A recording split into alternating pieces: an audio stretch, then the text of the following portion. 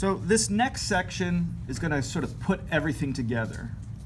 We're going to have to use the distributive property. We're going to have to combine like terms. We're going to have to move terms over and just kind of do all of those steps that we've talked about. So let's start by using the distributive property, and notice there are going to be two instances of the distributive property here, one on either side of the equation. So you could do those both simultaneously. If you do them one at a time, that's not a big deal, but you know, you're doing the same thing on both sides, so you might as well just do it together. When you distribute, you get 8b minus 12 equals 12b minus 4 times 7, 28.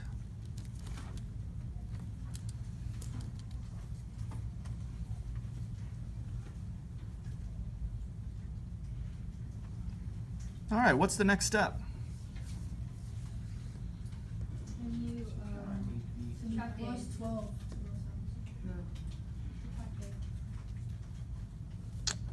So you could do either one. Well, I wouldn't add 12b though, because this 12b is positive. Subtract 8. So yeah, you could basically either subtract 8b or subtract 12b. So which one of those two options is going to leave you with a positive coefficient? Minus 8. Yeah, minus 8. So let's subtract the 8b from both sides.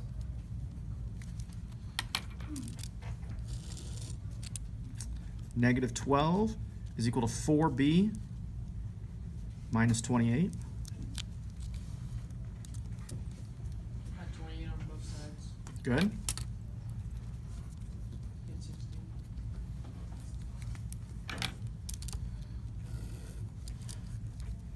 So yeah, you're right. You get 16 equals 4b. Oh, that works out nicely.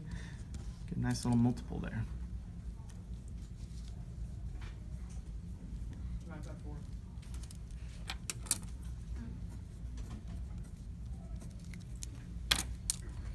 So b equals 4. Yeah.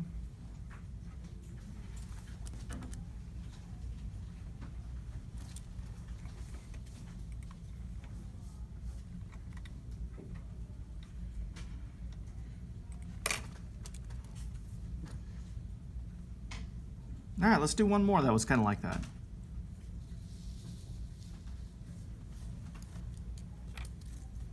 Do y'all have any questions so far? Or is this making sense? Maybe? Okay. All right, well, let's see if you can get this one. We're going to distribute.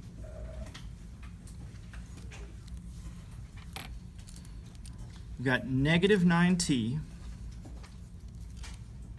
plus 18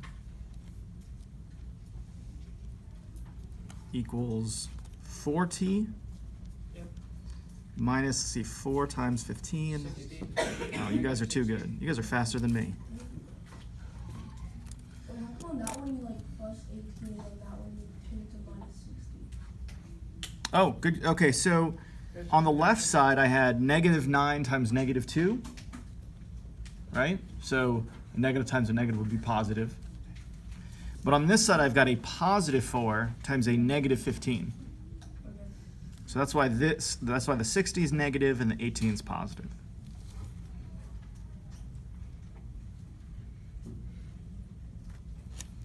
So now I'm going to move my things around. I'm going to what do y'all want to do here? Plus 9. Plus 9t. That'll work. Plus, no, plus 9. Well, not just 9. Right. 9t.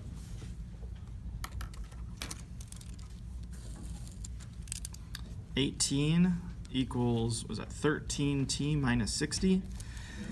Might be time to break the calculator out here because we have to add 60 to both sides. 78. Oh, okay. Well, never mind. Guess we don't need a calculator after all. Okay, but wait a minute. Divide by 4. 78 divided by 13. 6. Is it? Yep. Oh, it works out nicely like that? Okay. You're not always going to get that lucky, but this one seems to work out okay. So we get t equals 6. The actual structure of how we're solving this is the same, right, as the last problem. There's not really much different. I mean, obviously all the numbers and variables are different, but in terms of how you solve it, you're doing the same thing over there.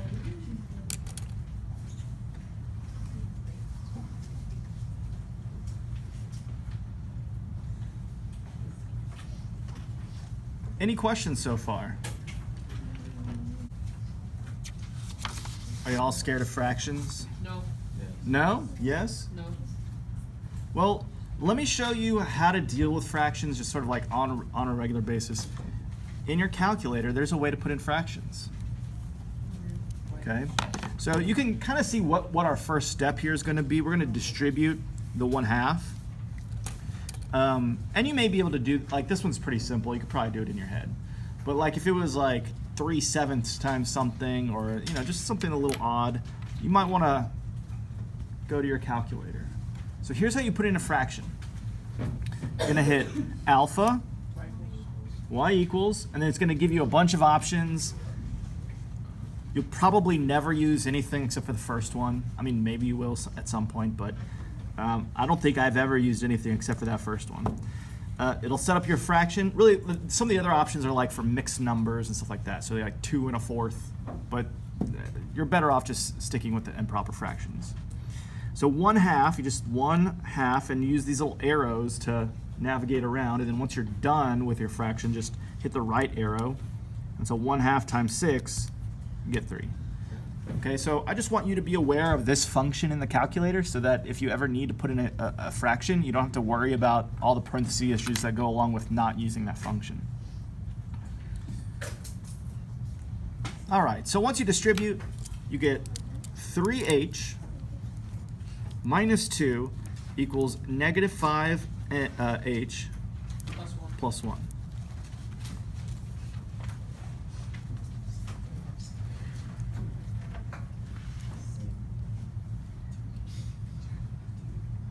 All right, what do y'all want to do next? What's the next step? Plus 5h. So yeah, I get 8h minus 2 equals 1. So yeah, now I've got my two-step equation. Plus 2. This should be easy money here, right? Plus 2 on both sides. So 8h equals 3. Oh boy. So I divide both sides by 8. There's two ways you could write this. Because 8 does not divide 3 evenly.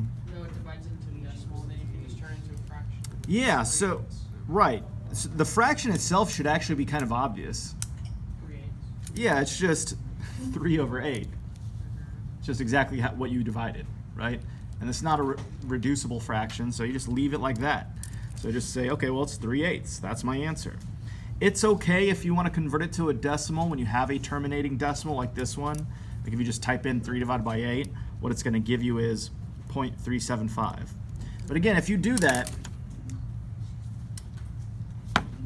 if you have 0.375, if I just do 3 divided by 8 gives me points. So if I want this as a fraction, you can convert it to a fraction by hitting the math button right here. Math, and then just hit enter, enter. And it'll convert it back to a fraction for you if you ever need to do that.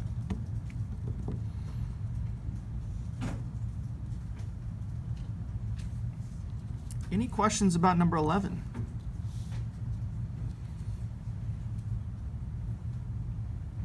Okay, well, let's look at 12. I would 100% be using a calculator on this problem because I have to distribute negative 3/4, and I just don't want to bother with leaving myself open to making an error here. Right? Maybe you can do that in your head, maybe. Okay, but if not, that's okay. Use the calculator. Right, so I'm going to just literally type in negative 3/4 times 8, and then negative 3/4 times 12. And when I do that, negative 3/4 times 8 is negative 6, so negative 6n. Make sure you don't lose track of this negative. So when I distribute it to the 12, negative times positive is negative, so minus 9. 3/4 times 12 is 9, good. The right-hand side should be a little simpler. There's no fractions to think about. Yeah, 3n minus 9. You want to add 6 to both sides? We can do that for sure. Well, not 6, but 6n.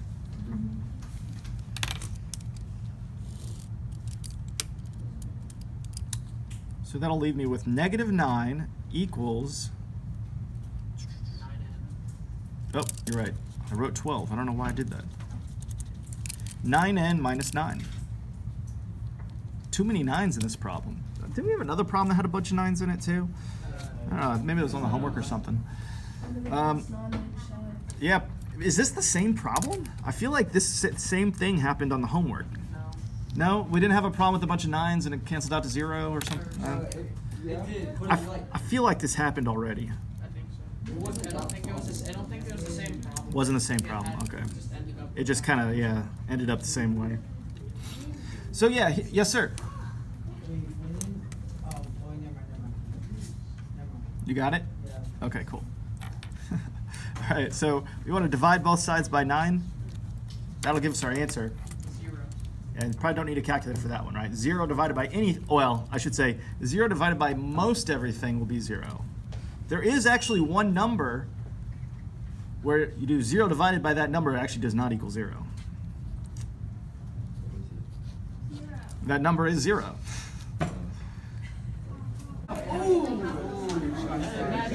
All right, let's do a few more problems, yeah? We'll just do a few more. Number 13. Because they, In this case, we do have variables on both sides, but we also have variables on the same side. So if you look, like the right-hand side has two instances of, two terms that have q. Wait, do we have 3 pages? So, For, what is the order in terms of how you do this? So, you subtract. well, yeah, what you want to do here is before you start moving things around to the other side of the equation, Add q to q2. you want to simplify each of the two sides as much as possible. But you can only do it for one side though.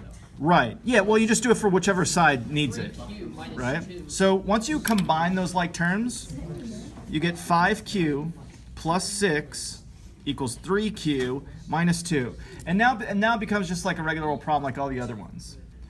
So we could subtract 3q from both sides.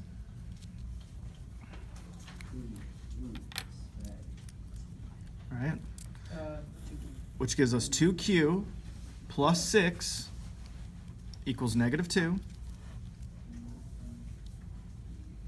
Then we want to subtract 6 from both sides. Gets you negative 8.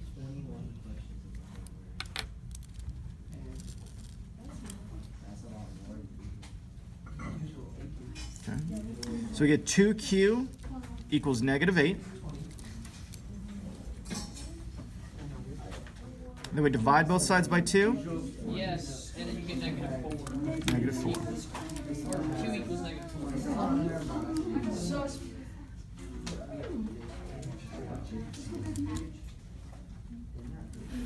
I would agree. Any questions about that one? All right, well, with the amount of time that we have left in mind, let's skip over to the back because there's like one other little concept we haven't talked about yet, and I want to make sure to hit that. The rest of these problems I'll have worked out and make sure they're posted on Schoology if you want to see more examples. But none of these three really have anything unique happening about them. They're just kind of doing the same thing.